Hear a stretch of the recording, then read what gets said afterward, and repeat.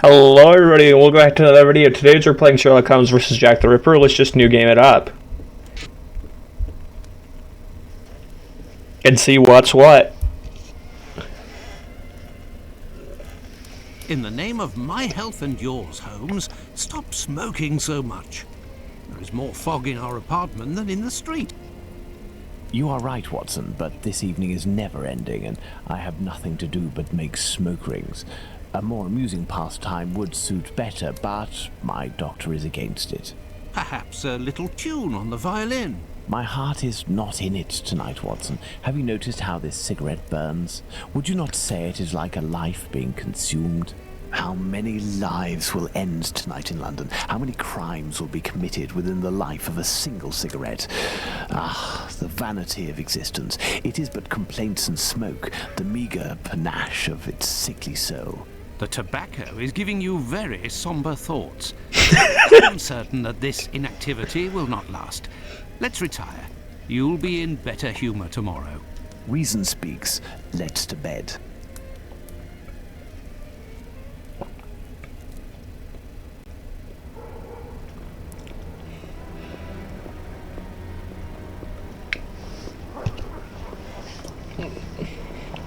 Oh.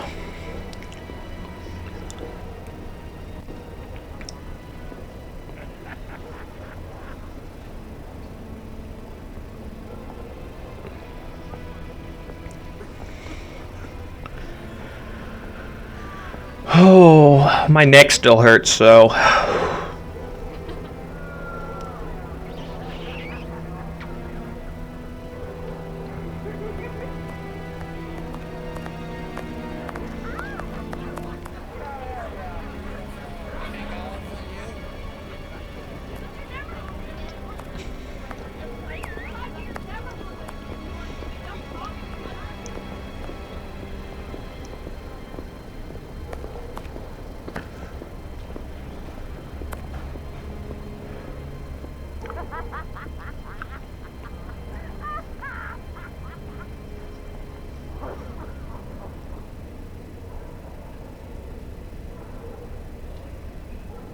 Come this way, my lovely.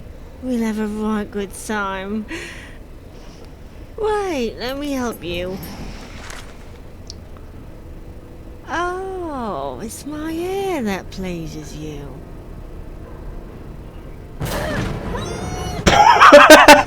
This is so stupid.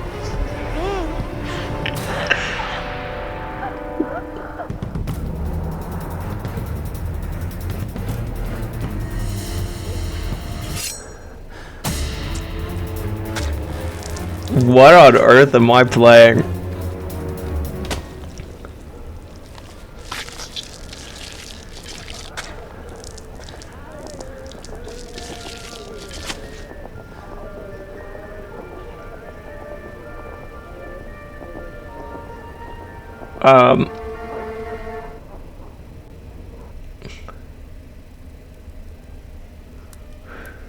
The news is as dark as the sky, Holmes.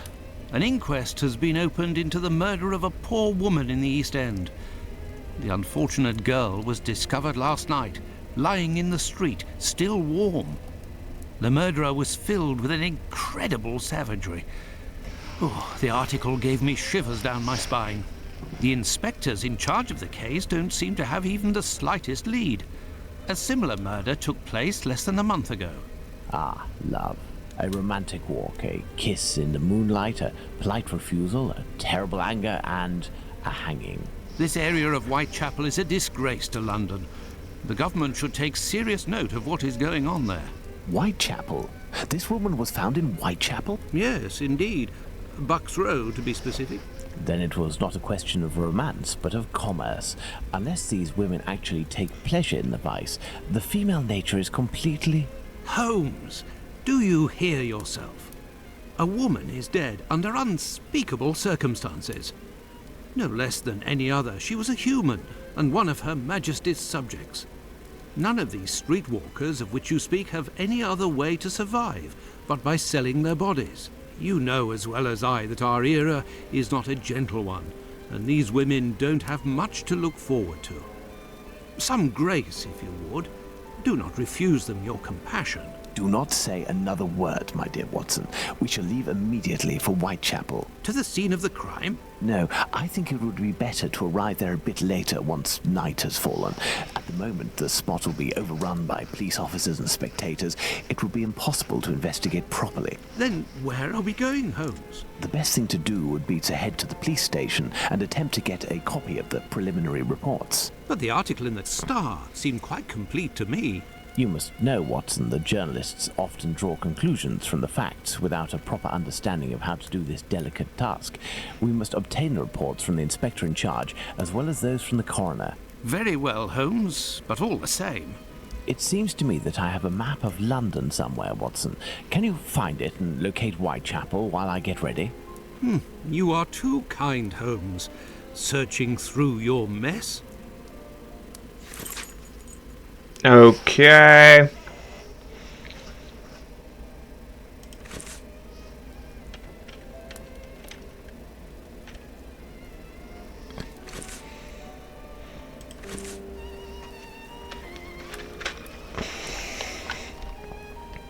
Well, well.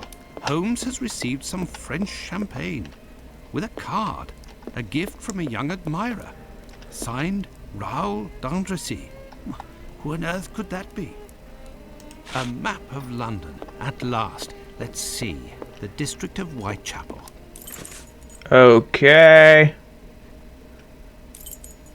I found the map, Holmes, and I was able to locate the Whitechapel police station. Congratulations, Watson. Come, the game is afoot. You can read the article to me on the way. We have arrived, Watson, in Whitechapel. Not very bright, and what cold! Brr, a typical London morning. Come, Watson, let's find this police station. Oh. Okay, let's see. Anything that stands out to me? Let's check these doors first. See if there's anything else. What do you want, sir? Okay. Well, this station isn't very well kept, I say. It's a local outpost, Watson. The daily tasks that confront these constables are not the easiest, and they are poorly paid. Okay. Gentlemen, welcome. Hello, I would like to speak with the Chief Inspector, if you please. Constable Humphreys here. I am the only one in at the moment. What do you want with the chief? My name is Sherlock Holmes. I am... Sherlock Holmes? The detective that I read about in the papers? Well, that's a treat, that is. You come about the Buck Road case, have you? Indeed. Not at all. We were just passing by chance. You say that there was a crime recently. You don't know? You must be the only folk in London who haven't heard. It won't be long until you find the culprit, no doubt. Nothing is less certain. Suspects 0. Clues 0. It's not good for us, especially not in this district. Oh. Listen, this isn't what I came here for, but if I can be of service, in a confidential capacity, of course, if you can entrust me with a copy of the preliminary reports, I could study them and return later with my conclusions. It's just that these are official documents. I can't take a decision like that without the inspectors. The sooner we know the facts in the file, the sooner we can be of help, my friend. Say, if you are Sherlock Holmes, you can find anything, isn't that true? With your magnifying glass, footprints. My performances are often embellished by my biographer. Ah, good. Good. I will give you the reports, but could you do me a small favour first? During my rounds, I dropped a leather folder containing some papers. Nothing of importance, but it's a big mistake. I would go looking for it myself, but I am stuck here on duty. I must have lost it near the seedy boarding house not far from here. Left when you leave the courtyard and left again in the lane. Perhaps you could go, ask around. We shall see what we can do. Okay. Are we going to go look for these documents? Why not? It'll give us an occasion to take a tour of the district, Watson. Okay, so it's left. And then another left.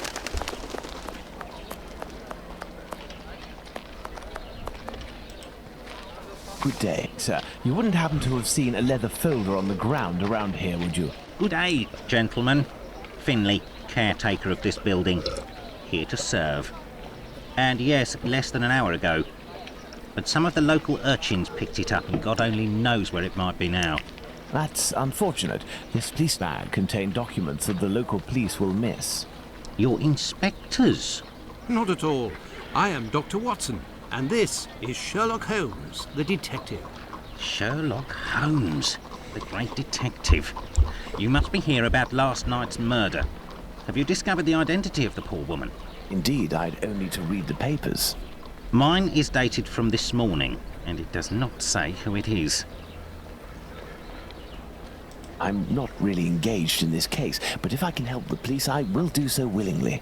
Oh, to be sure. I've been told that Inspector Aberline is in charge. A very capable man. So, according to you, I have no chance of finding this folder then? Indeed. But I, on the other hand, should be able to find it. Do me a favour in exchange. A vagrant comes almost every night to sleep in one of the nooks not far from my windows. He coughs, howls, sometimes even sings. He's quite hefty and I don't dare approach him. I've lost 3 tenants because of him. If it's you who speaks to the police, they will take this matter more seriously. Tell them about the captain. They'll know who you're talking about. In the meantime, I'll find your police bag. Okay. Let's go to the police station.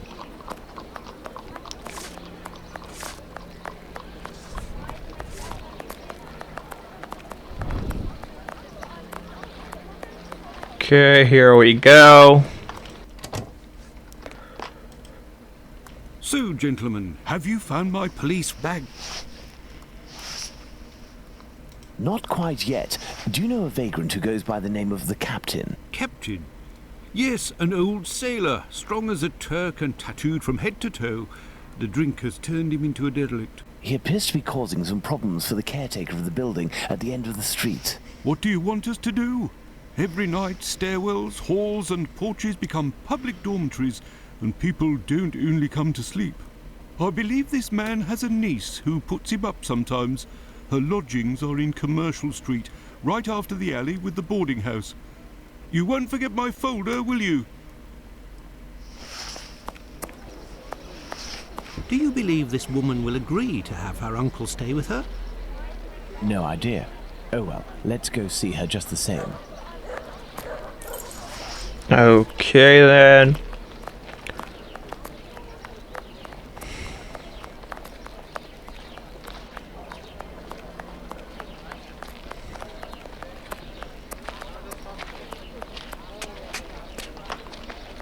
Burner Street.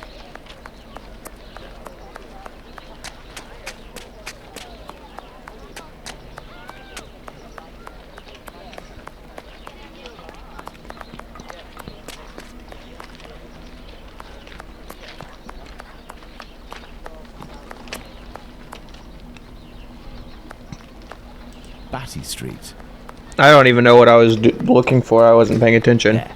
This is where the niece of the captain must live.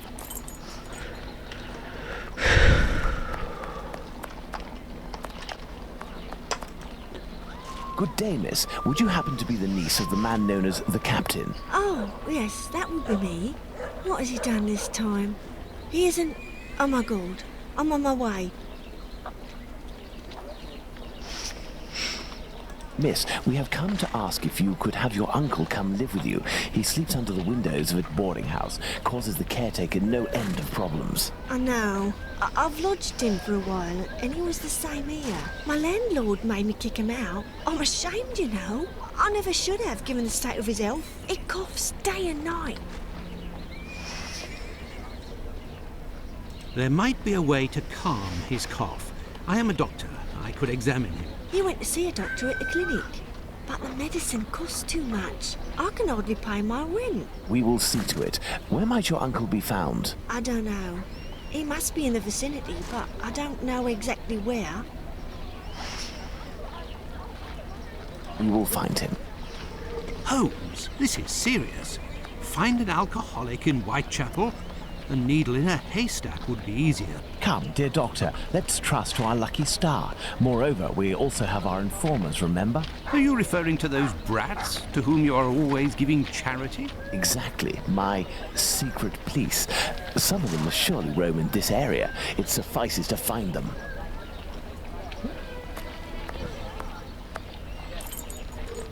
Okay.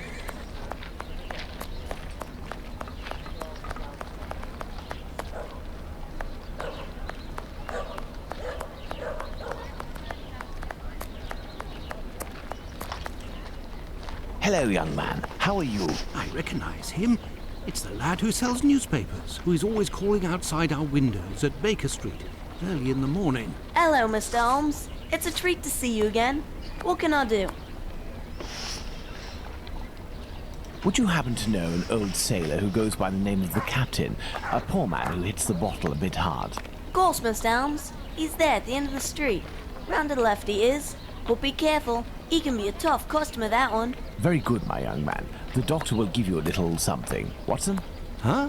I say, Holmes? Is he always such a skinflint with you, Mr. Holmes? Well, thanks to you, Mr. Holmes. Anytime you need me. Okay.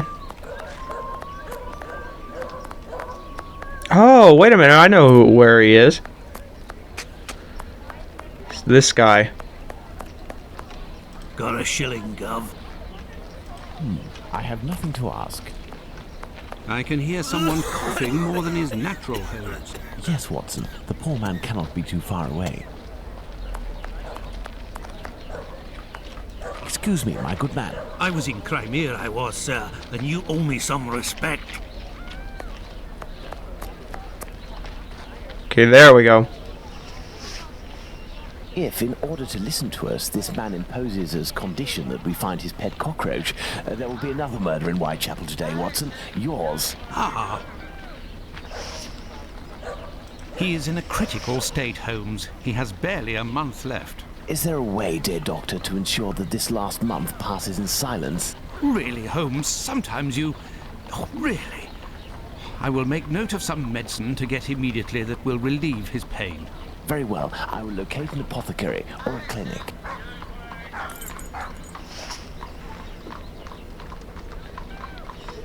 Find the medicine, Holmes. We must make haste. Okay, so where do we need to go?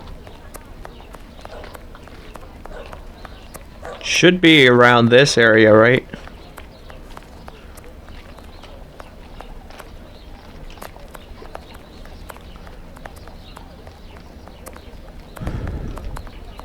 I have no reason to go that way.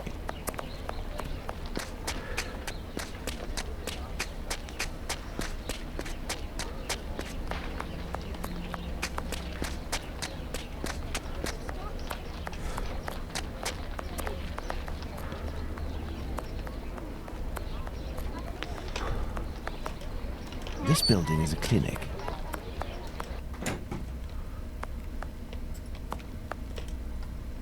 Good day, sir.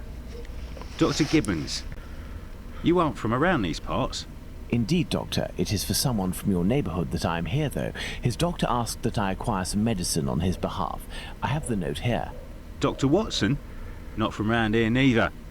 This medication is quite dear. Certain documents are necessary to obtain them for free. I don't have it. You'll have to accept my spare change. Will it be enough? Enough to relieve your patient for a month. Would you like me to make this prescription available after that time? According to Dr. Watson, that won't be necessary. The possibility of a recovery? A definitive one, yes. There, sir. Thank you. It's rather quiet here. An unusual chain of events. The majority of the people hereabouts went out last night to see the great fire at the warehouse. The patients that I was minding and my staff were no exception. The former were dramatically healed, and the latter ended up sick. And with the murder last night, most of the people who weren't working wandered over to the scene of the crime. Their little aches and pains will wait until tonight or tomorrow. A squalid murder, it would seem. Just like what this area has become. My thanks, Doctor. Not at all.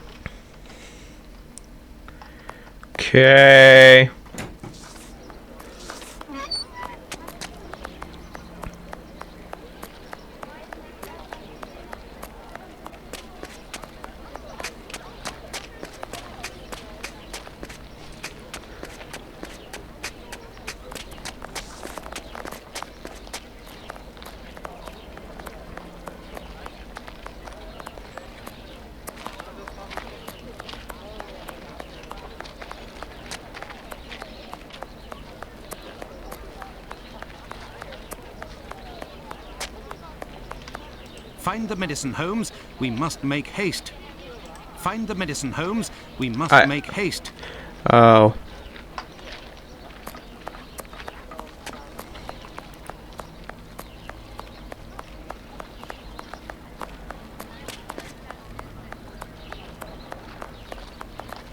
If you have the means, I can let you pass before everyone. But behind me.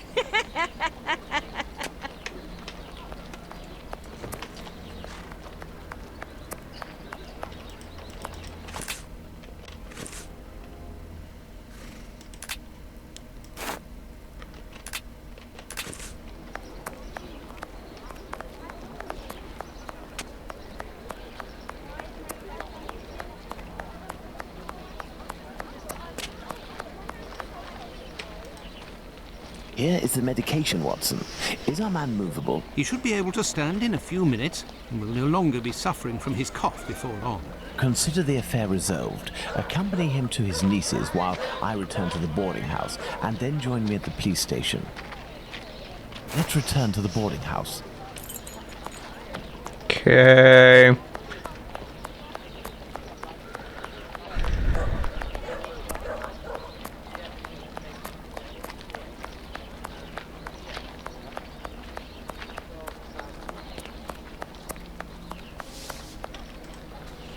I have good news for you, Mr. Finley. We have sent the captain to stay with a relative, and he shouldn't bother you for a while. I also have some good news. I have your police bag. Thank you. I bid you good day. Oh, it was nothing. Tell me, one of my wife's friends lost... Another day, Finley. Another day. Let's go to the police station.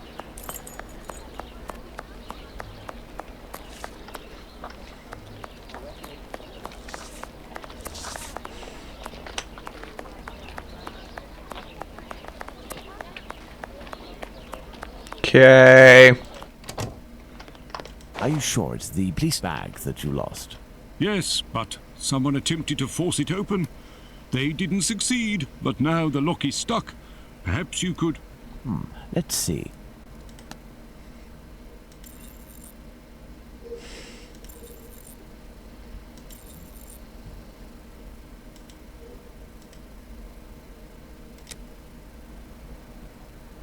So, what news do you have, Mr. Holmes?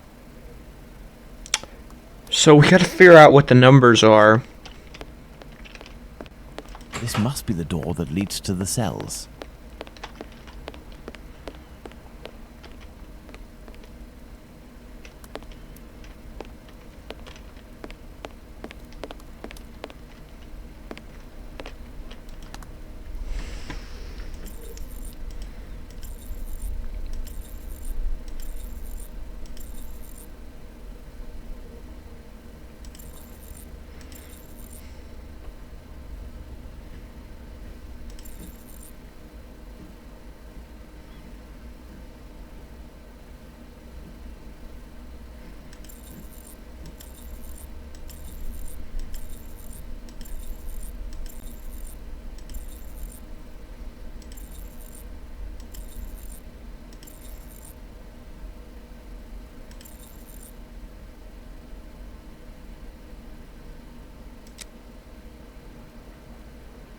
So, what news do you have, Mr. Holmes? Okay, so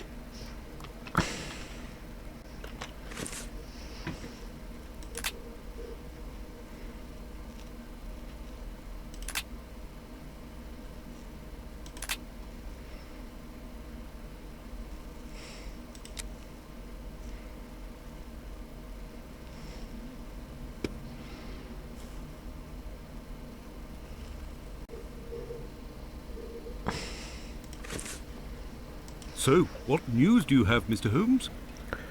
okay, so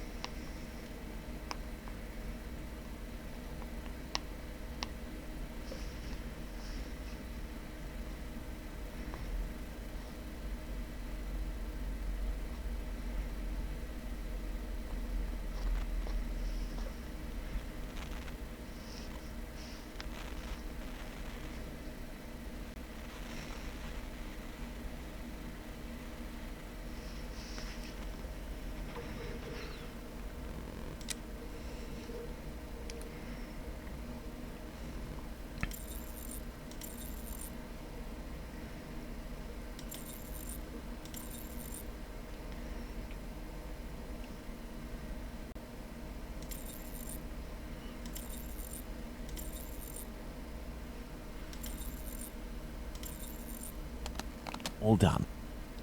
A big thank you, Mr. Holmes. Think nothing of it, my friend. I don't know how you'd figure that out without trial and error.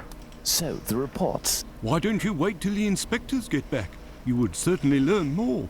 If I wanted to meet the inspectors, I would have done so. So, give me the preliminary reports, and above all, do not mention my visit to anyone. Is that clear? Sure, if that's what you want. Here are the reports. Thank you.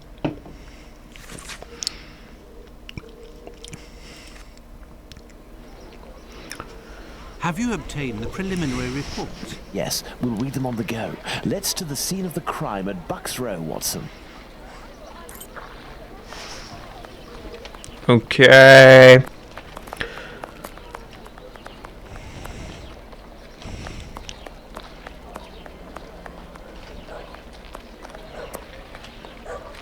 I have no reason to go that way.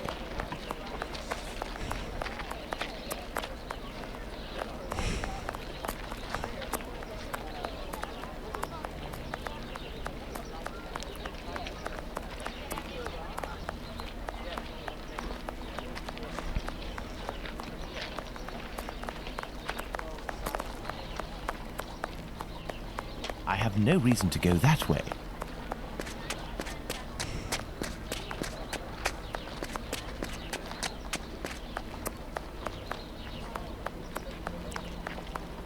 Okay.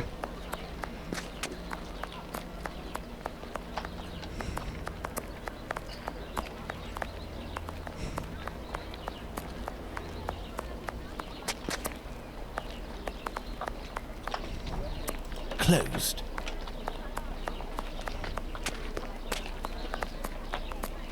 Closed.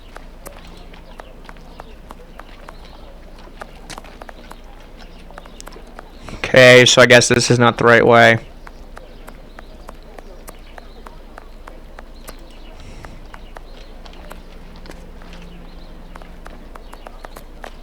Excuse me, my good man. Nasty weather, eh?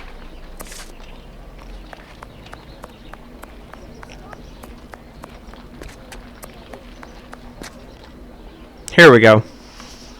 But what are all these people doing here, Holmes? Apparently, they came to see the scene of the crime. What about us? Aren't we going to see it? We will return this evening, Watson. The circumstances should be ideal for carrying out our little experiments. Well, Watson, we are at the scene of the Polly Nichols murder. Imagine the victim lying at the spot where she was found and try to discern all of the clues we can. Watson, you are a writer. I am therefore entrusting you with our deduction board. It will help us to establish certain facts. Understood, Holmes.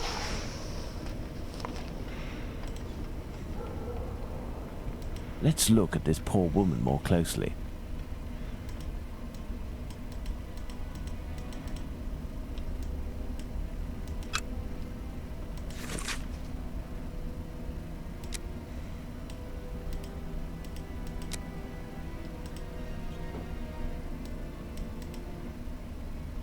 The throat was slit from left to right. There are 2 incisions.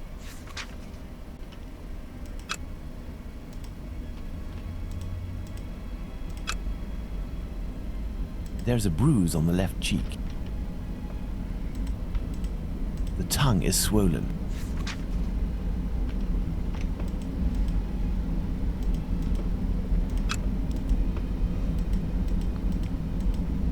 There's a bruise on the left cheek. There's a bruise at the level of the right maxilla.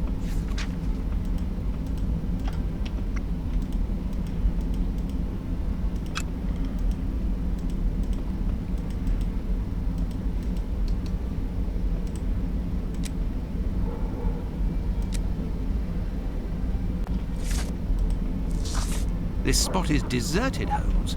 The prostitutes only come here to exercise.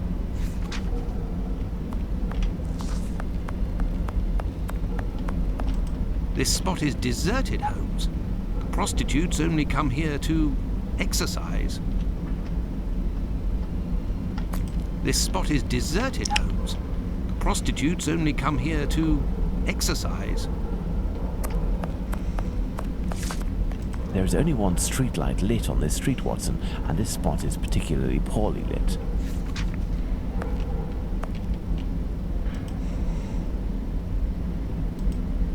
No marks on the ground. The ground is muddy.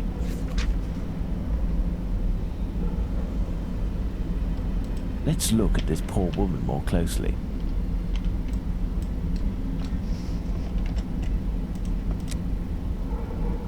The body was lying on its back, legs straight and slightly apart. The skirt had been lifted up to the middle of the body. The left hand was touching the barn door. The body was still warm. Let's reread the preliminary report for the details on the wounds inflicted upon this poor woman.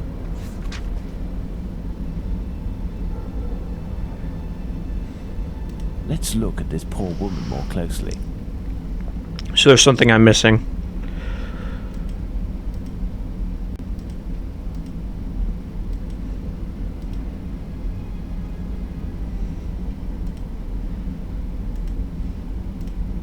A small pool of blood, 6 inches in diameter. A small pool of blood, 6 inches in...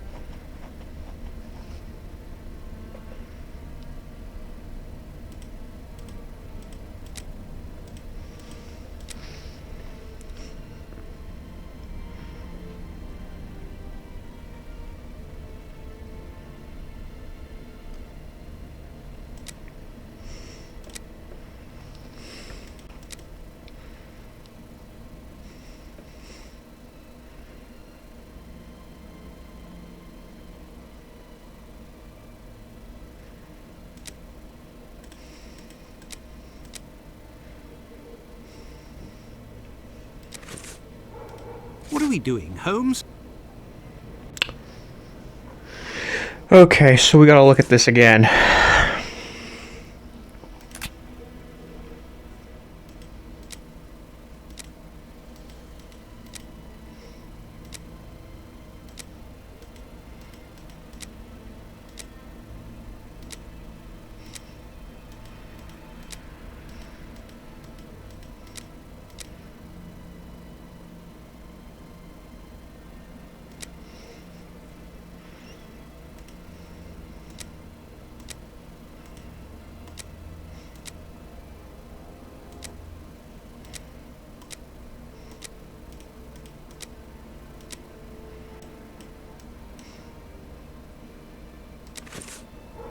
What do you think, Holmes?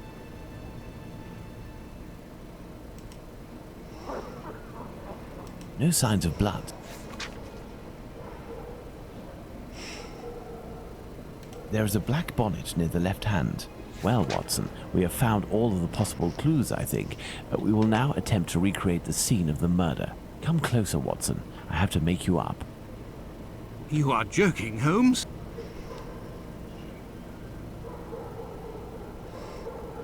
I feel ridiculous, Holmes. Now, Watson, come and stand here in front of me.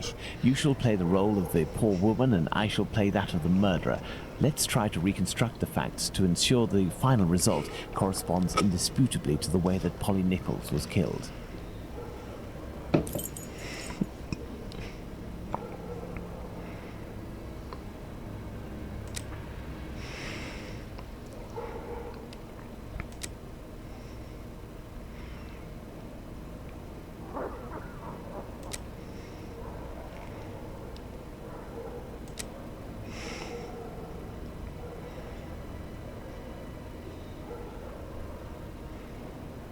This position is unlikely.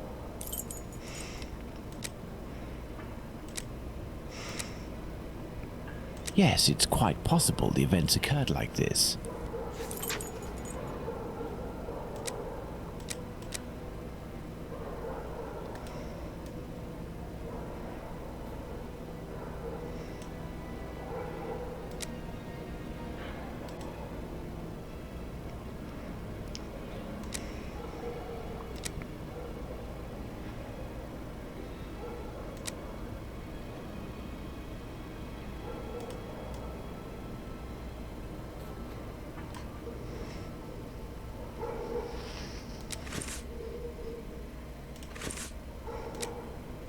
No, had the victim had her throat slit while standing, there would naturally be blood on the walls.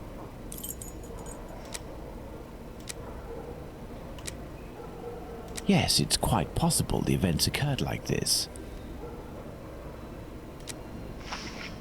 Okay.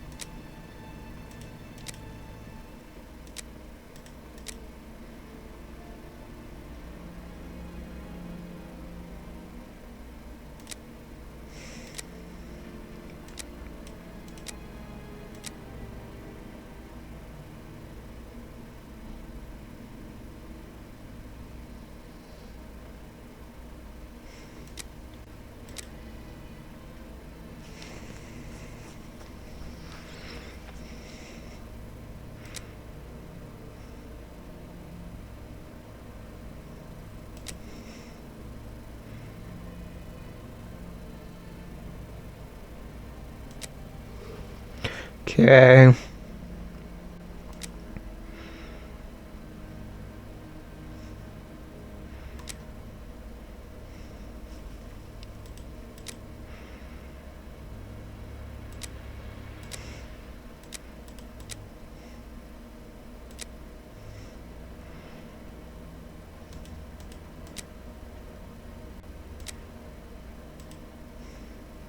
Hmm.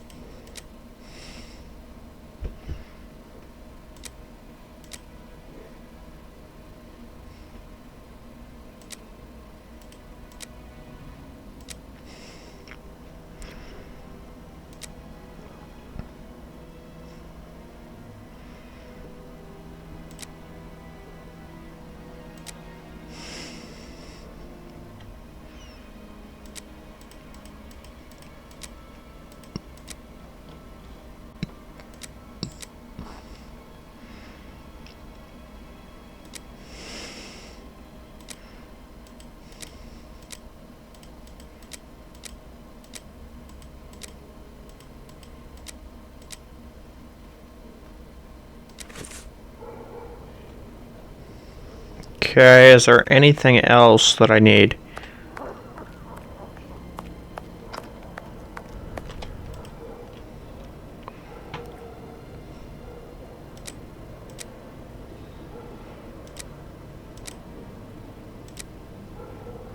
Yes, it's quite possible the events occurred like this.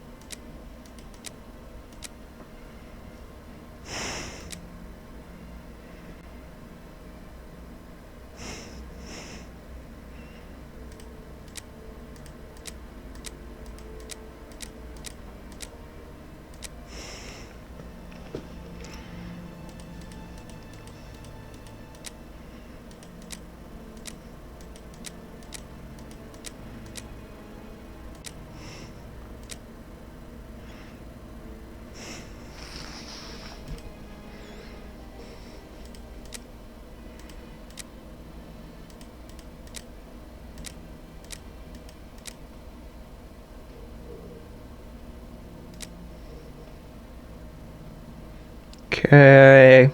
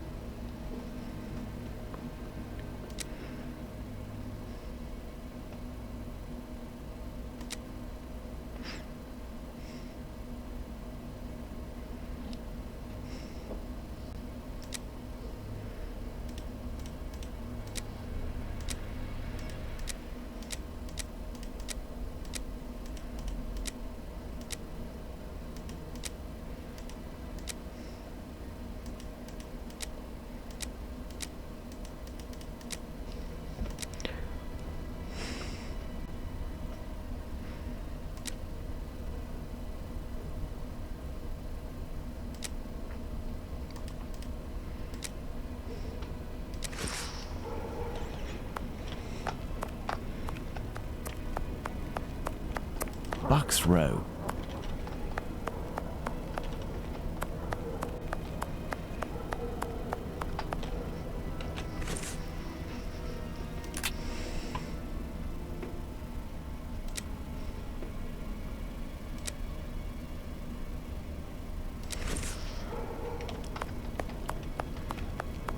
I have no reason to go that way.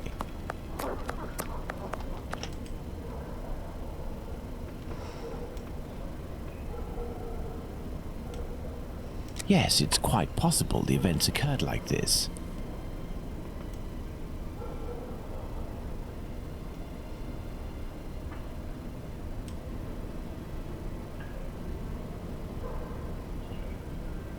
Okay. Okay, so the right...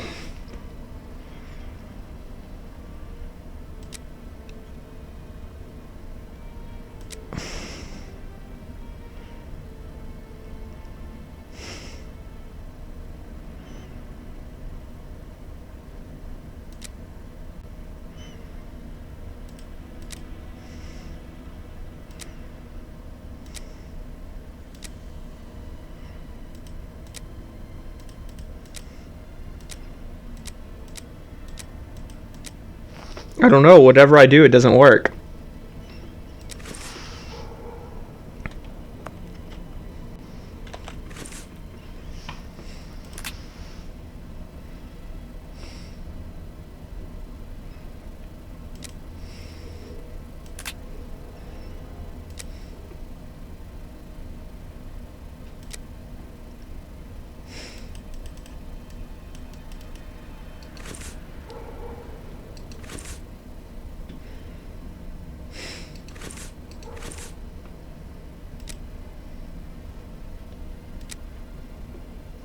Yeah, this should have been right.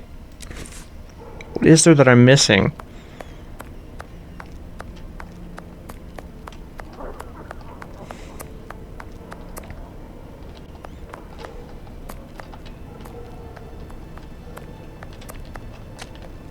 I have no reason to go that way.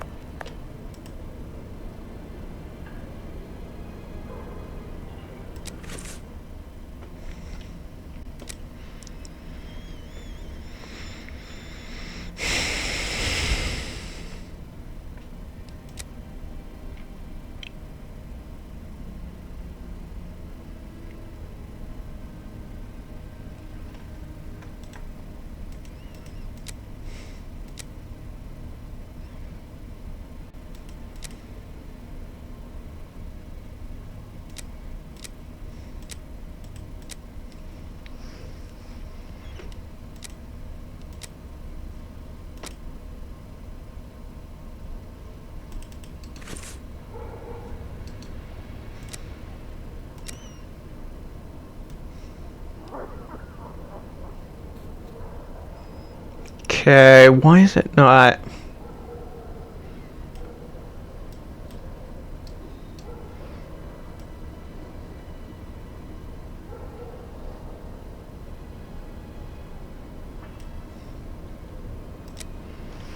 That should in fact be right. I have no reason to go that way.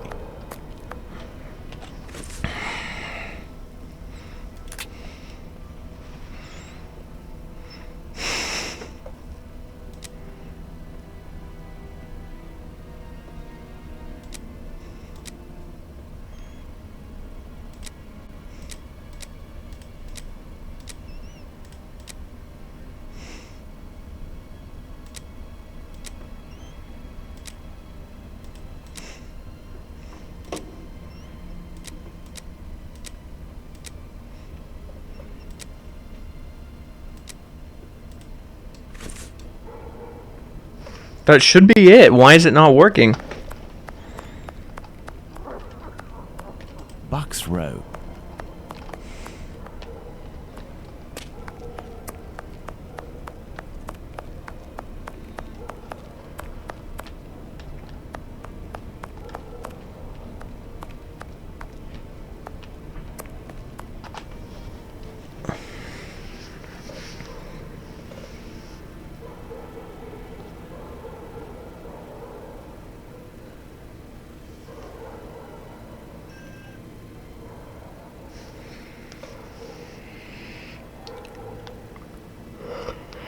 Okay.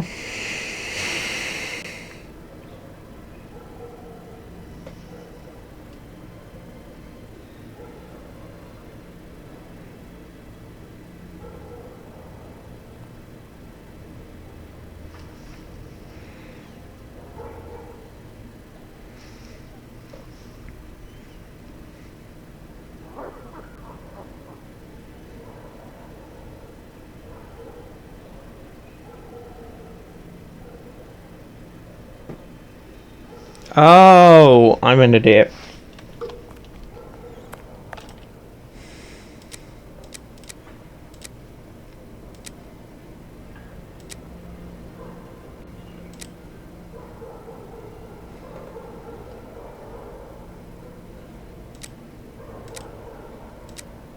No, I don't think that things went like that. The murderer didn't attempt to stab his victim in the stomach.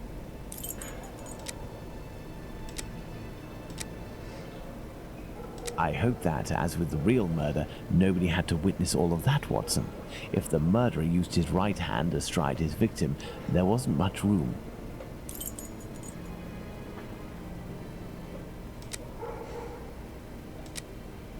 The murderer had enough room to inflict the wounds to the neck, and these wounds suggest the left hand was used.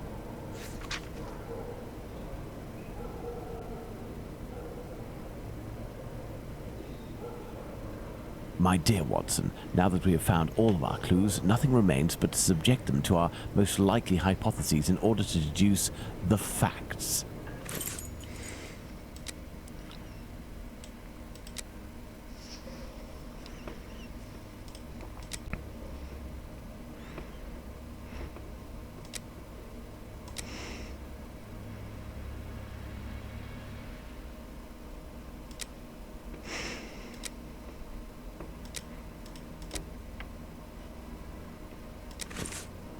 victim was most probably dead before being laid down.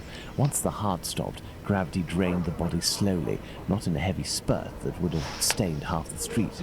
Thank you, Holmes. I understand why you told me not to change clothes. Do you realize that our behavior didn't alarm anyone? The victim's ordeal was even more discreet. By acting in silence, we have confirmed something. The crime definitely took place here. The victim and her murderer were able to come here without making any noise, and afterwards the murder took place without the slightest cry being uttered. Come, Watson, let's go home. We have spent far too long in this sinister alley.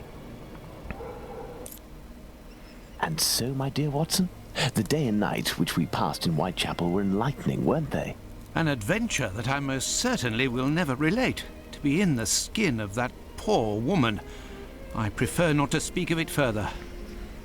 But have we really learned anything about the murderer? Obviously a man, given the necessary strength. We have little to go on, at least no more than the police. But in my opinion, Inspector Aberline has a trick or two up his sleeve. No, I want to talk about the facts and what we can draw from them. We know where the crime was committed and under what conditions. I would like to ask you about the possible motives for the crime. According to you, Watson, what could have pushed the murderer to act in such a way? Okay, guys, so I am going to take a break and then come back. Okay, so we are back. Continuing on.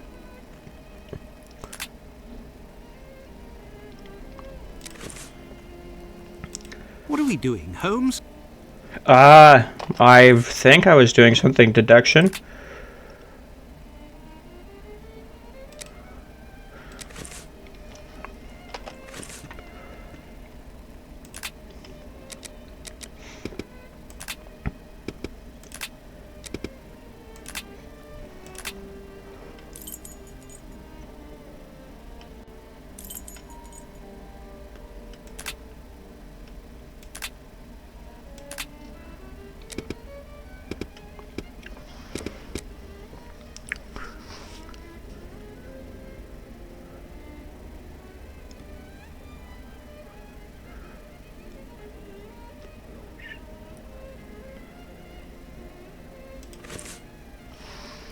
Oh, okay. I think I bugged the game out.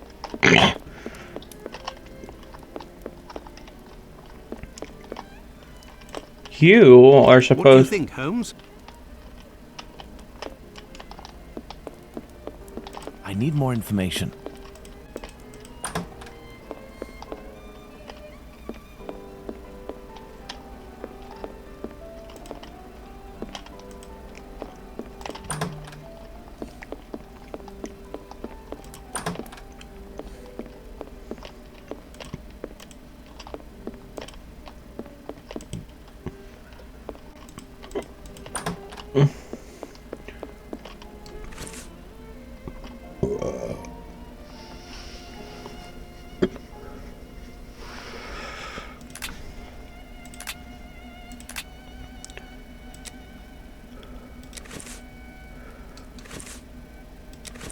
What shall we do, Holmes?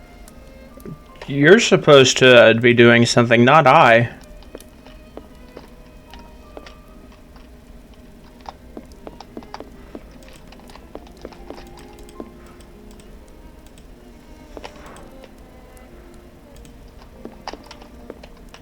Okay, so what am I supposed to do exactly now?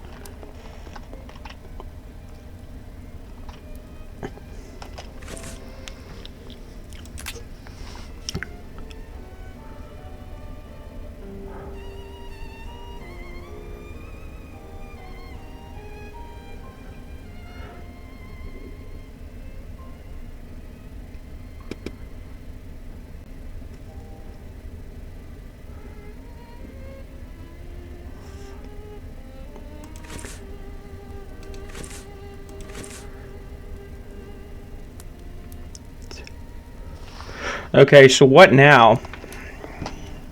Let me check what we're supposed to be doing next.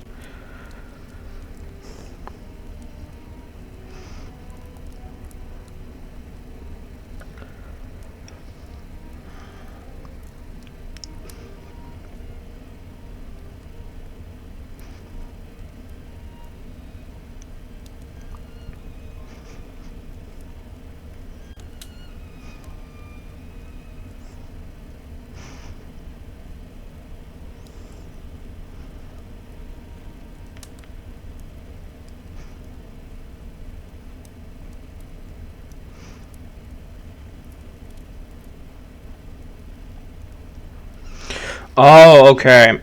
I understand. Here we go.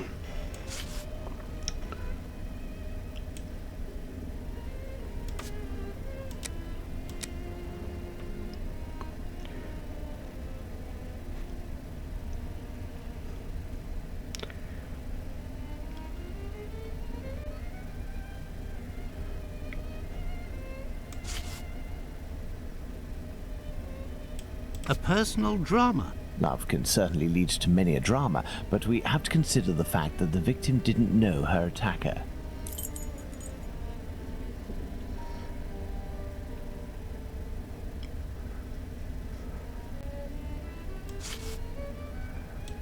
Black magic? I'm not terribly interested in the occult or black magic.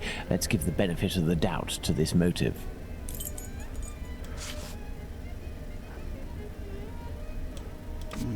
Theft, perhaps. I have a hard time believing that someone would attack poor Polly so fiercely just to rob her of a few coins.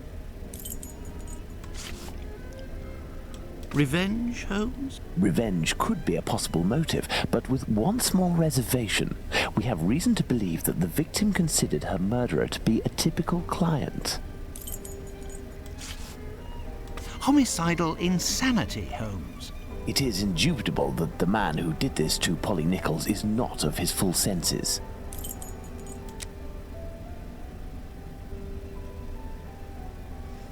Well, we are still missing certain information in order to finish this investigation, Watson. And so, Holmes?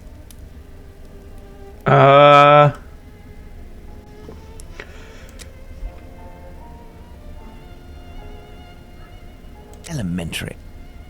Very well, Watson. I think that we've exhausted the topic. Take a rest and we'll speak again later. Ah, it would seem that the investigation is advancing, Holmes. Yesterday's Star said that a suspect is in the hands of the police, a man with a rather sinister reputation. I was about to join you in your optimistic outlook until you informed me that the good news came from the press, Watson. But surely they wouldn't invent the fact that the police are holding a suspect, or the acts that are attributed to him. You will have an exact answer to these two questions in less than 50 seconds, Watson. Pardon? Enter, Inspector. Good day. Dear Watson, allow me to introduce Inspector Aberline, Inspector Dr. Watson. Inspector? To what do we owe the honor of your presence, Inspector? I heard that the two of you made your way to Whitechapel a few days ago. Your arrival, you are aware, coincides with a very serious affair which our police service is going to great lengths to solve and which is creating strong tensions in the area. Pardon me, but haven't you arrested someone? A certain Leather Apron? Absolutely not. The man who hides behind this name is indeed being actively searched for by the force. Besides, nothing at the moment suggests that he is the Bucks Row murderer. There, you've been enlightened, Watson. Now it is our turn to answer Inspector Aberline's questions. Indeed. I will be brief and precise. Do you intend to investigate this case, or have you already started? It is to be of service to a friend that I went to Whitechapel. We did, out of curiosity, familiarize ourselves with the preliminary reports, and we made our way to the scene of the crime. Our conclusions are slim, as are the clues. Having not been officially appointed by a client, I believe that my intervention in this business will end there. Very well. To be frank, you take the weight off my shoulders by distancing yourself from the case. Our image isn't very good, to say nothing of what the press puts us through. Thus, if overnight they found out that you were on the case, people would turn against us. And they would pester me, overwhelm me, and finally make me out to be responsible for the inevitable failure such a scenario entails. Neither you nor I wish for this to happen. I know that your time is precious, Inspector. I will send you a note regarding my conclusions shortly. With pleasure. Gentlemen? Do you think that he will find the murderer? The chances are slim to non-existent. It is 7 days now, short of a confession from the murderer himself. And you will not go further? You heard the Inspector, Watson. My presence in Whitechapel would hinder, which doesn't mean that we will drop the case. How is that? The Inspector spoke of me, but not of us. It is you, Watson, who will lead the investigation tonight. It is you who will bring to the police station the little note that I will write regarding our conclusions. Despite the late hour, there is nothing to stop you from making inquiries about this famous leather apron while you are there. Okay.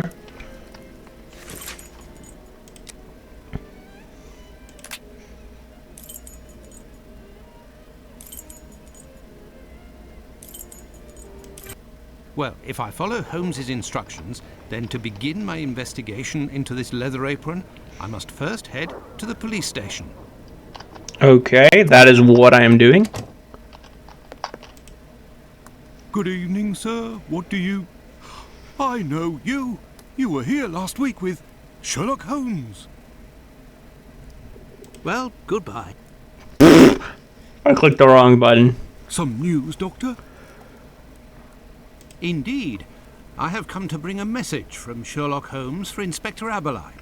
Very well, I will pass it on. But come to think of it, someone was asking about you recently. Finley, the caretaker of some shady boarding house nearby. Does that mean anything to you? Ah, perhaps.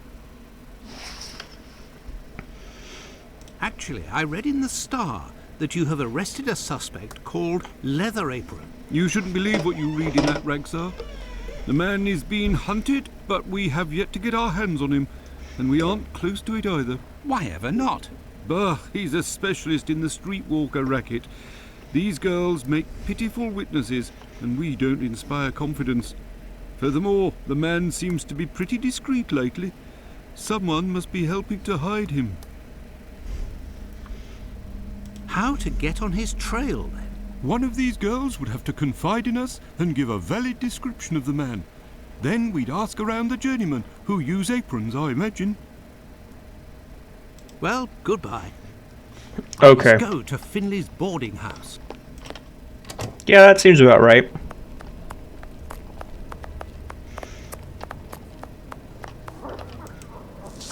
Hey, you remember me? You owe me 2 shillings on a jiffy. A man takes you in his arms at the wedding, and after, it's you who has to hold him up, and then you wind up with him on your back. Oh, I prefer clients. At least you don't have to make them anything to eat. Why would I owe this guy 2 shillings? I don't even know that guy. Come, my lord, a little coin. Oi!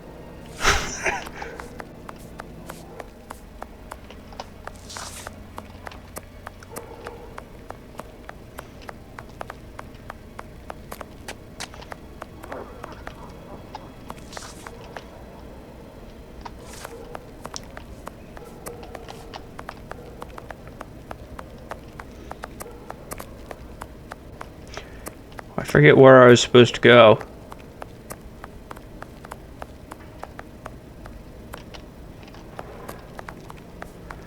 Go here.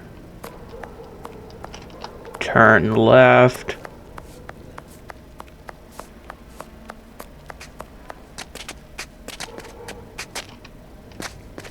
Tell me, is it...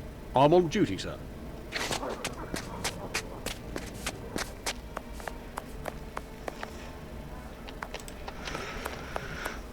Okay.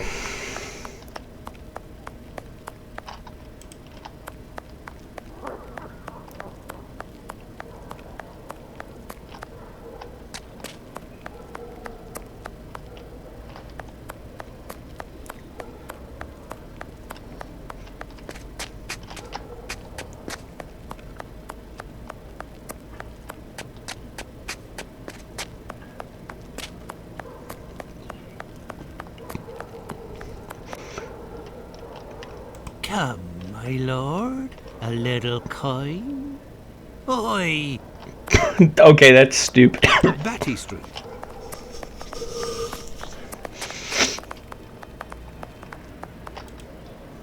Oh, it's you. I'm coming. Dr. Watson, how are you? Well, and yourself? And how's your uncle? Oh, he sleeps a lot, but he doesn't seem to be suffering. Your medicine has worked wonders. Thank you again. It was the least I could do. I have come to see you about a certain leather apron. Have you heard of him? Oh, yes, of course. Terrible things are said about that man. Have you ever come across him? Goodness gracious, no. But I know that he has threatened and taken many girls in my situation. I don't know what more I can say, but Bella would be able to tell you some. Who is Bella? Bella Pullman. She's the landlady of the place where I could take you there if you like. Please do. It's me. It's Lucy. This gentleman would like to speak to Bella. It's the doctor who helped me. I must leave to return to my uncle. Thanks again.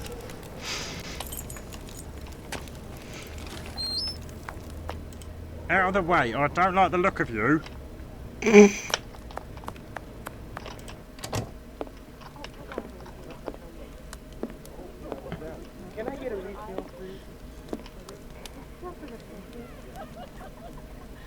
If you'd be patient, Madam Bella will arrive in a moment.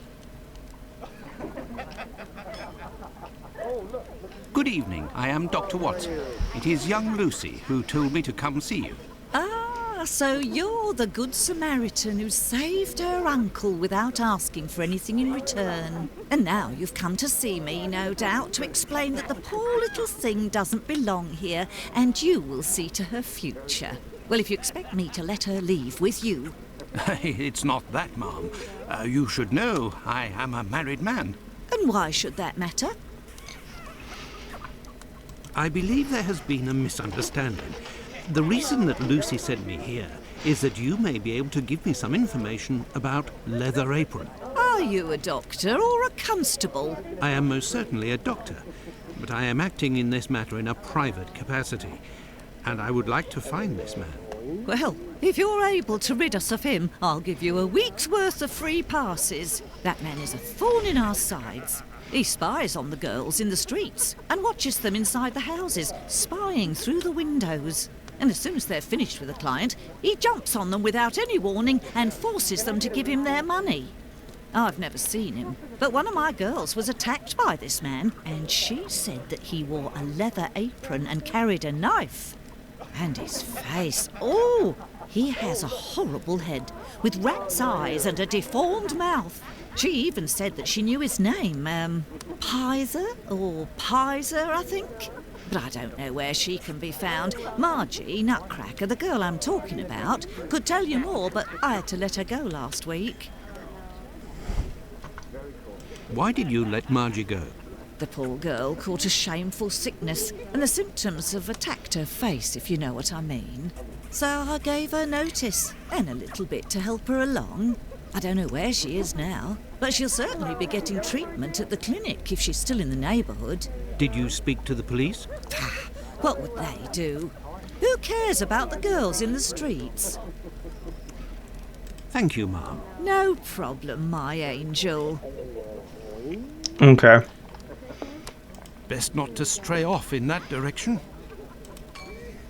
Good evening, sir. Good evening, my dear man. I was led to believe that you're a doctor. None of the residents of this establishment are among my patients, sir. Oh, you're not here as a doctor, but as a man, then. I understand. This is my kind of place, too. It's in these houses in Whitechapel that you find the girls that are the most natural and definitely the most docile. Your way of speaking about these women is not that of a gentleman, sir. Well, I shall leave you, Mr. Sickert, artist and aficionado of lovely girls.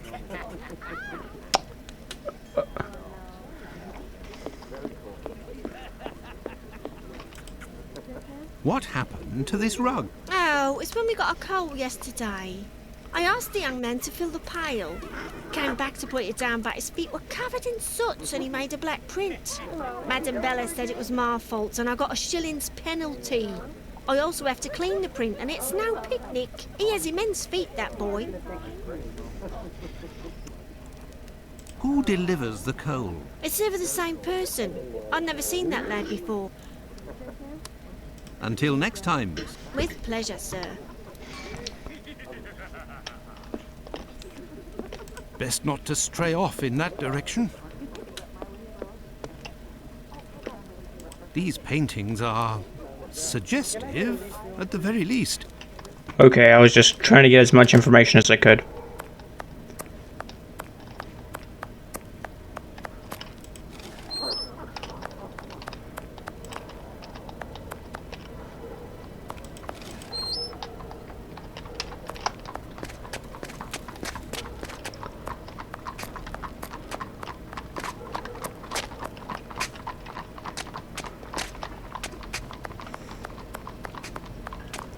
Anyway, so I'm supposed to go to this guy's apartment building, but I can't find it.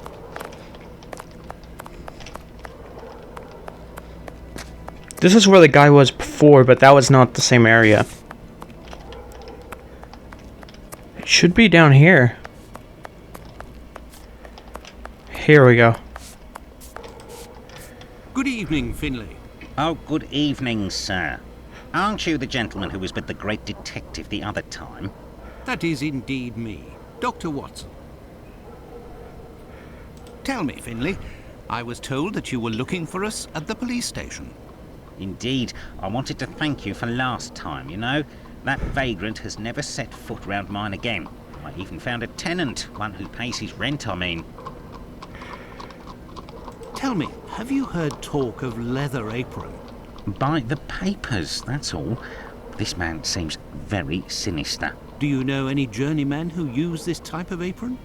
The slaughterhouse butchers, I believe, but definitely the cobblers. I know one, old Isaac Solomonovich. His workshop is on a small street in the Jewish community, across from the hospital. He's a good man. He can help you. But you know, the people there are very close and don't share much with non-Jews. Okay. You don't seem very happy, but you were lucky to have found a good tenant so quickly. It's just that this man is very strange. He paid several days in advance and I gave him a key to the place. Since then, he goes out every night and returns at ungodly hours. I'm sure he goes to visit the ladies, but still, every night. And when he moved in, something must have broken in his case and stank up the stairs in his room for 2 days. I think it was a jar. It must be over there. Thank you, Finlay. Okay, so that's service, sir. so that's an interesting take. This odour is very strong indeed, but the whole neighbourhood as such has... What do you want, Doctor? You're right, the pieces of the jar that your tenant broke do give off a strange smell. It's true. That's quite normal given his trade. Yes, and what would the trade be of your strange tenant? A doctor like yourself, I believe. Dr. Tumblety, a foreigner. Canadian, perhaps. Dr. Tumblety. It might be interesting to know more about him. Thank you, Finlay. At your service, sir. Okay, I didn't mean to click that. I was trying to click on the door. But hey, at least we know a few more information. So if we go this way and go to the clinic area, then we should be able to see the patient. And then after that, we should be able to investigate the neighborhood next to it that we were supposed to look at too.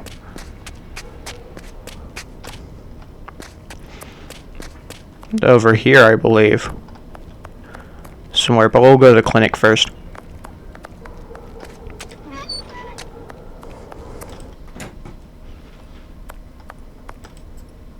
Good evening, Doctor. My name is Dr. Watson. Pleased to meet you. Good evening. I am Dr. Gibbons. Likewise. I have come to see you about one of your patients. Margie goes by the nickname Nutcracker, who gets her prescription from the clinic. She's a lady of the night and is afflicted with a venereal disease. I know who you're talking about. Indeed, Margie has syphilis and is being treated with mercury. Do you have her address? No. And for your information, she left London for good 3 days ago. She felt threatened. Margie felt threatened. But by whom? I believe that Margie was particularly scared of a terrifying man who attacked her once. Did she say the name Pizer or Pyther? Unfortunately, she didn't give a name, but she described a man with shifty, rat-like eyes and a mouth twisted in a sinister grimace. Did Margie have any idea where this man who terrified her so much might be found? No, but she told me that another girl who'd been attacked like her had told her that this man worked in a cobbler's run by an old Israelite. Also, she saw him again last week, the night of the big fire. She told of going to see the fire like most everyone else in the area. While there, she recognised her attacker in the crowds gathered at the warehouses. There was no mistaking a face like that, she said. She kept an eye on the man the whole time the firemen were working in order to avoid him. Okay then. Goodbye, Dr. Gibbons. Until we meet again, my dear colleague.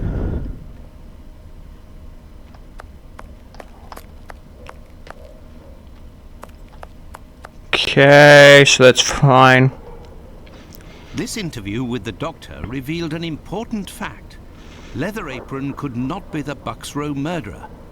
According to Margie, the villain passed most of the night of the crime at the fire. He could not have been at the scene of the murder at the moment it was committed. He is nonetheless a dangerous character.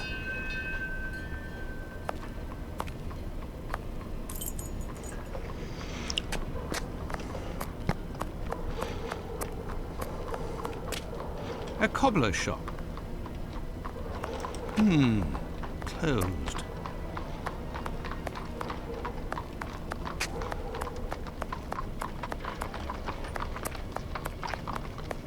Okay, so I guess that's where we're supposed to go, but it's closed. I have no reason to go that way.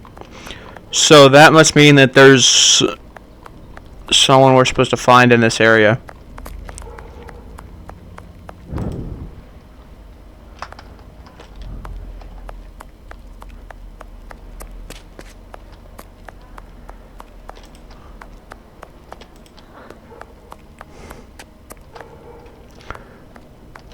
Oh, I know where this is. This is not the way I'm supposed to go.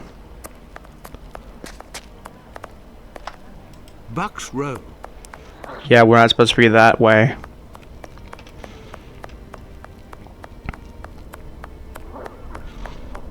I have no reason to go that way. So there's got to be something I'm missing, right? It's supposed to be across from the clinic. Closed.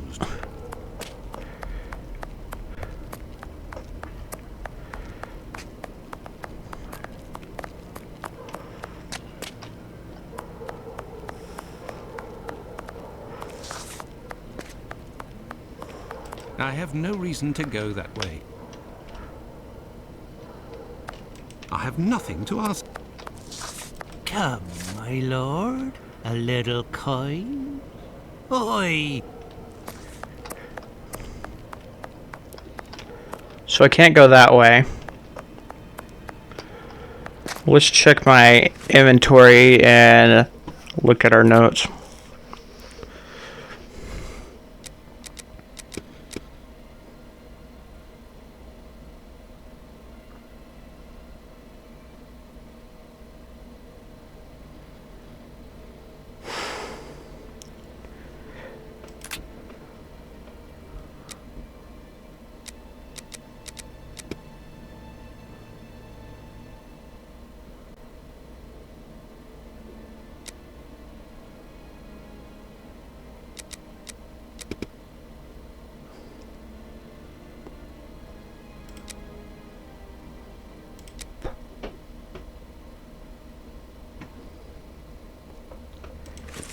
Okay, so maybe we're supposed to head back?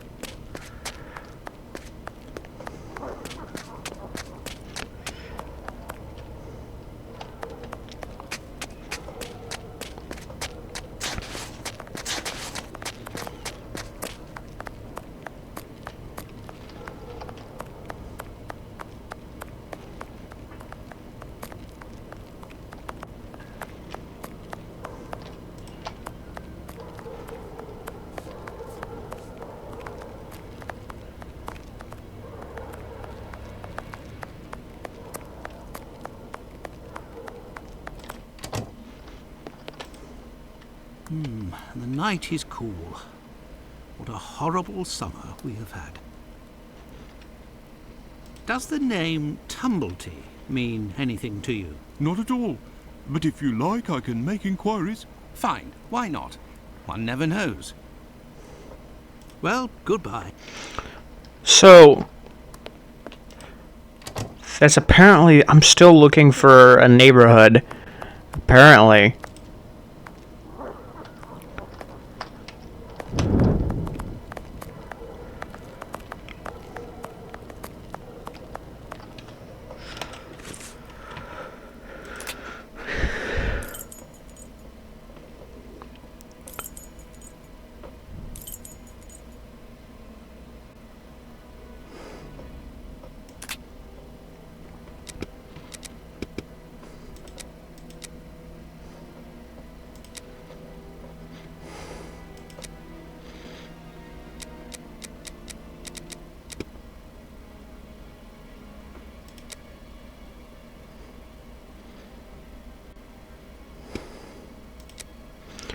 Okay.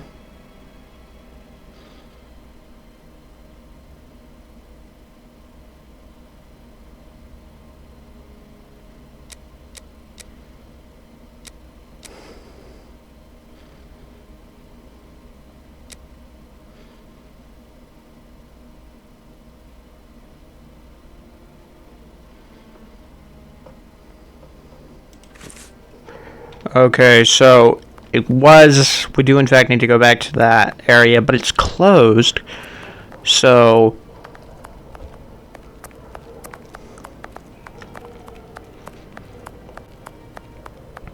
I have no reason to go that way.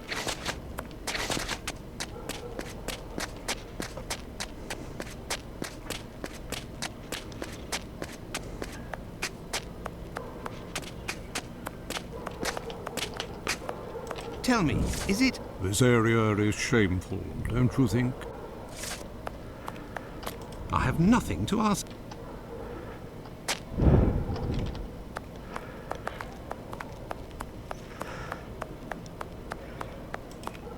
Okay. Closed.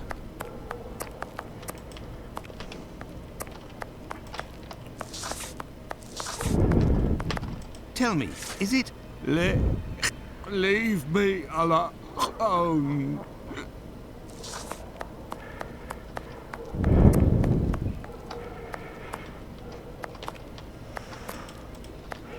Okay, nothing here.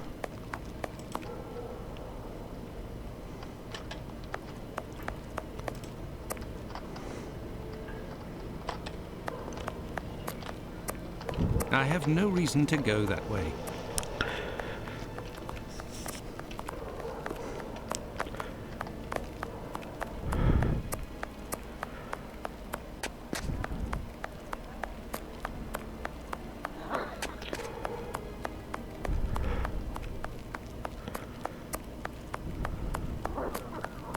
I have no reason to go that way. Bucks Row. Okay, so this doesn't help me any. I need to figure out where I need to go.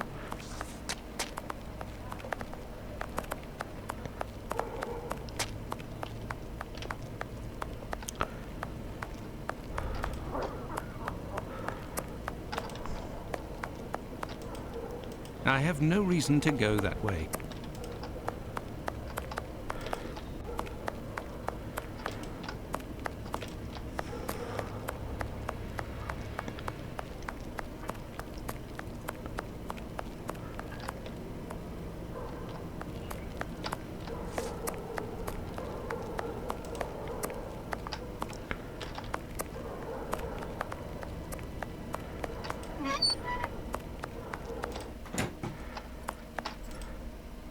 What can I do for you, my dear colleague?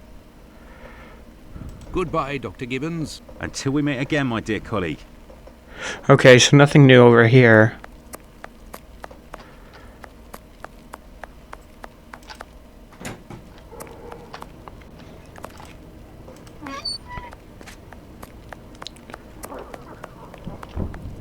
I have no reason to go that way.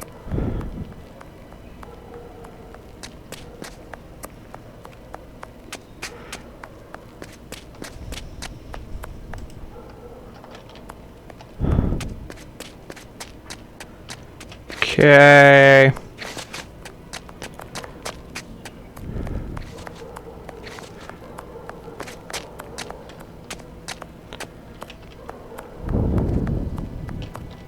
No, it would be better not to insist.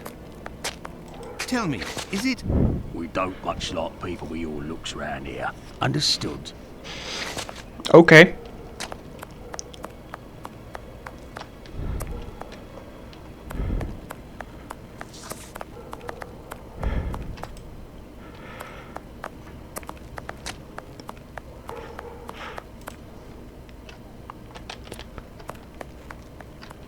Batty Street?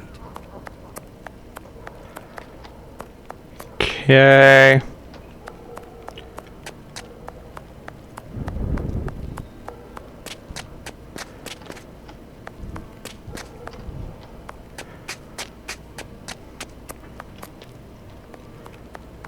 The Wasp's Nest. This pub looks even more disreputable than the Golden Lion in Baker Street.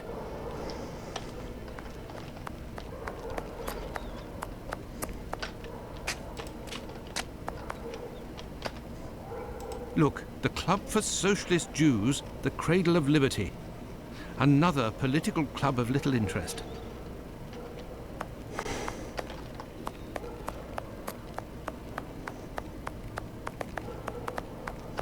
Come, my lord, a little coin.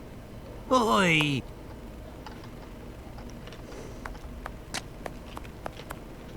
Berner Street.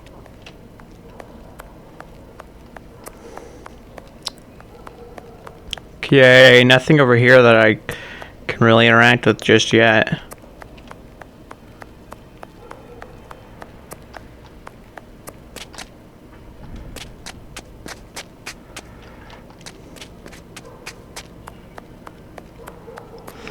But it does give me a chance to familiarize myself with this area.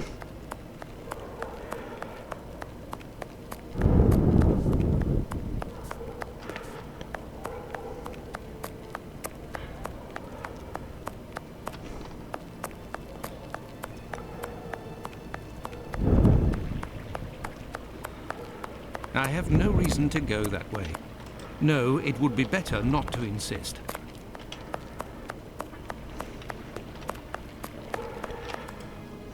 Tell me, is it... Now time to chat, I've got business, got it?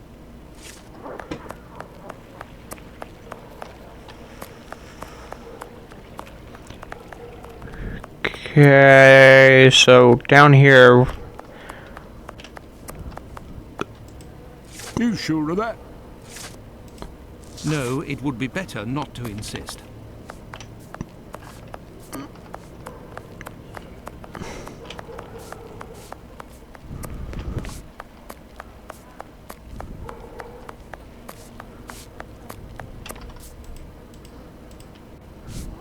What do you want, Doctor? Thank you, Finley. At your service, sir.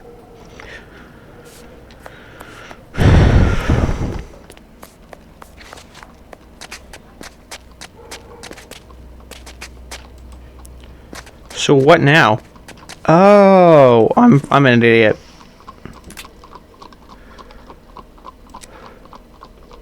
Oh no.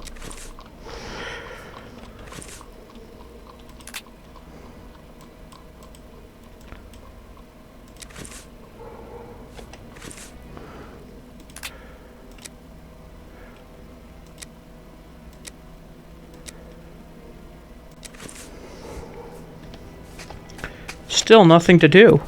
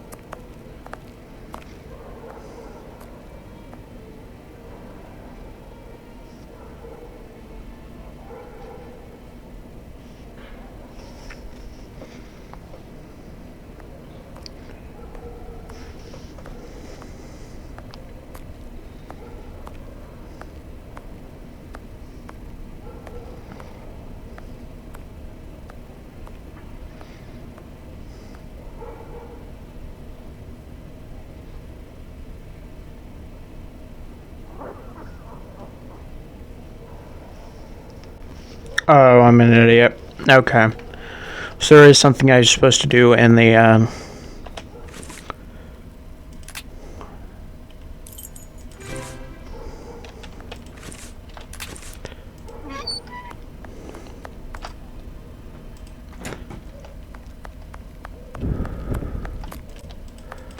No?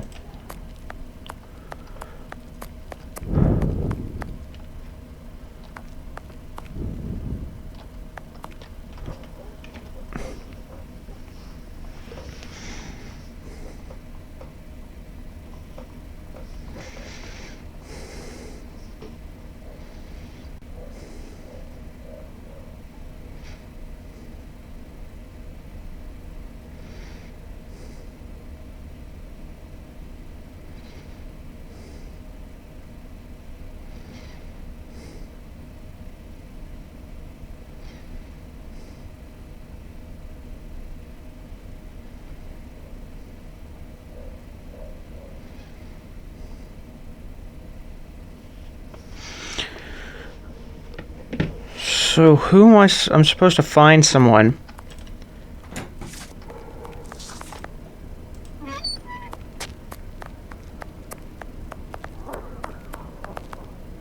Tell me, is it... Nah, time to chat. I've got business. Got it?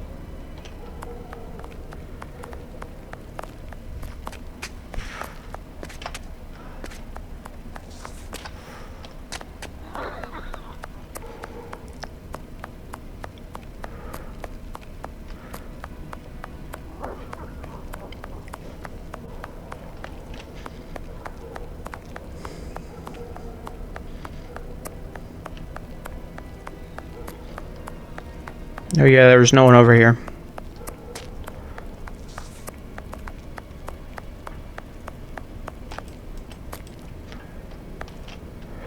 I have nothing to ask.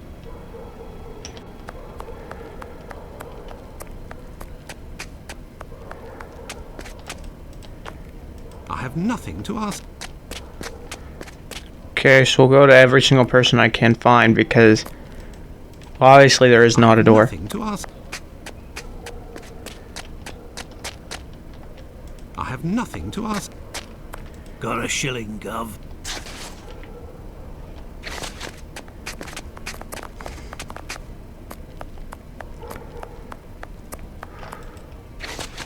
I must return to the clinic. My gout is getting worse. Oh, lovely cardy, ain't it? And not dear neither. I found it on Goldston Street. They have plenty of clothing stock over there. You're in a rush, my pretty? Come, I'll have you done so quickly you'll only have time to pay. You're in a rush, my pretty? Come, I'll have you done so quickly you'll only have time to pay.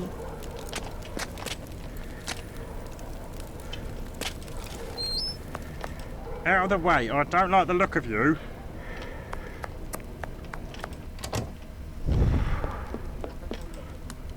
Yes, Dr. Watson?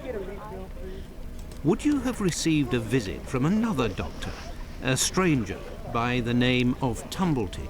I'm just like you, Doctor. Sworn to secrecy in my profession. But as I've taken a fancy to you, I can tell you that this name is not unknown to me. And if you do me a little favour, it is possible I might remember something about him.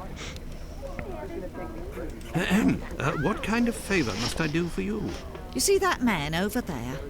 He's a rich artist, a painter, a regular client round here.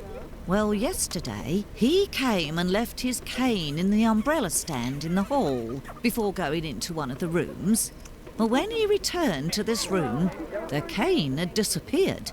It's a cane with a massive silver knob. Must be worth a fortune. He threatened to call the police unless he got free services in my establishment for a year.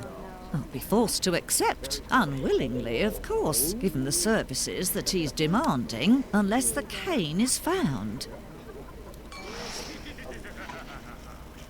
Did you question the residents regarding the theft? They didn't see anything, and there's not one of them that would risk stealing from a client here. Who was in the room when your weasel of a client was in the chambers? There were a few that came and went, but Mary could tell you better than I can, because she was the one at the counter yesterday.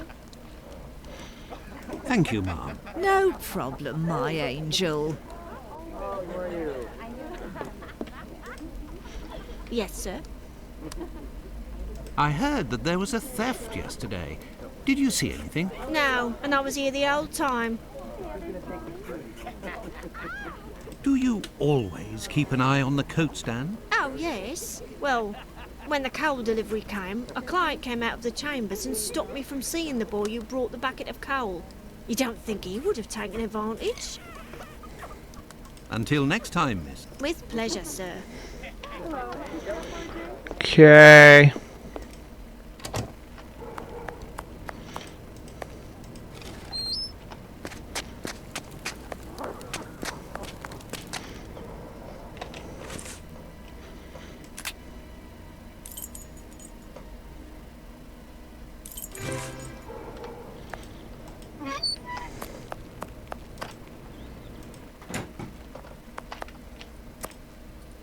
What can I do for you, my dear colleague? Goodbye, Dr. Gibbons. Until we meet again, my dear colleague.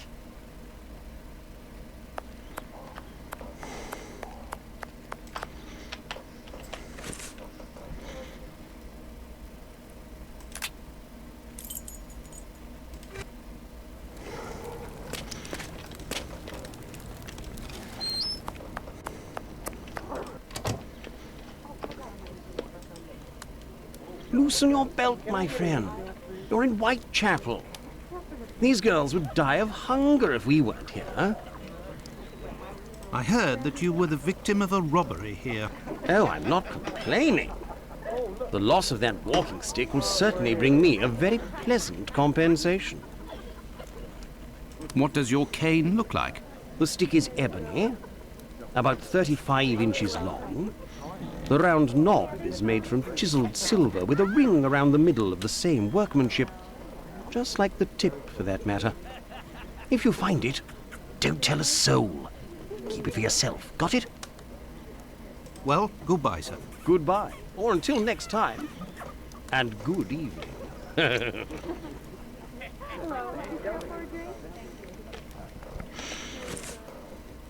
Okay. That's probably what I had to ask first. What can I do for you, my dear colleague? Goodbye, Dr. Gibbons. Until we meet again, my dear colleague.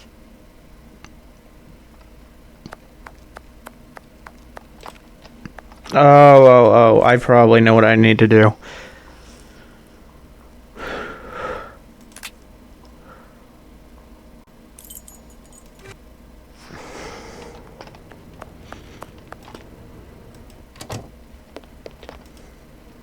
Some news, Doctor? Well, goodbye.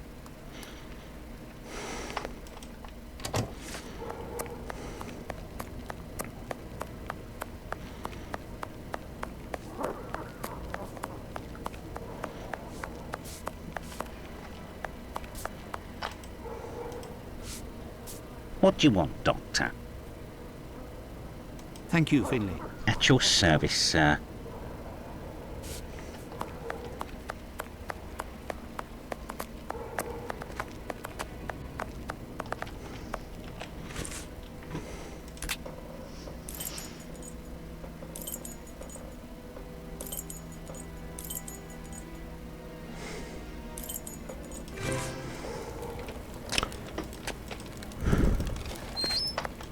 Out of the way, I don't like the look of you.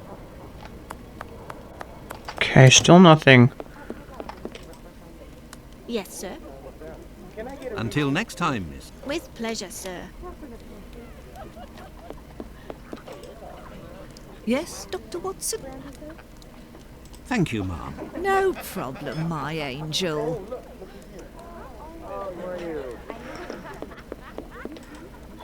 Best not to stray off in that direction.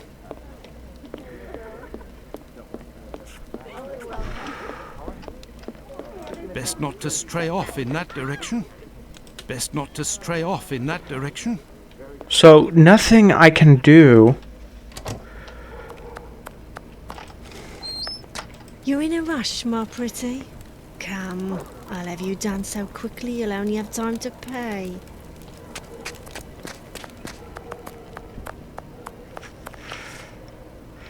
No, it would be better not to insist. Tell me, is it... Out of the way, I don't like the look of you.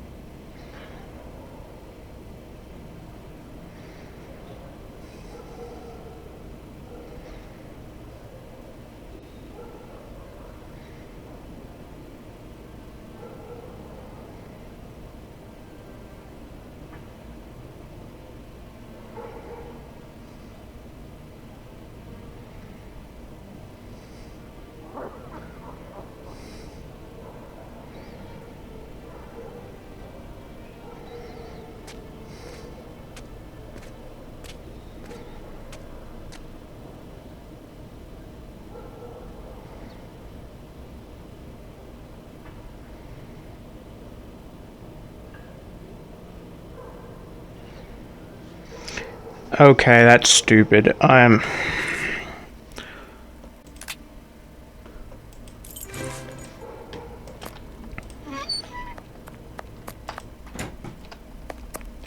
large, black footprint.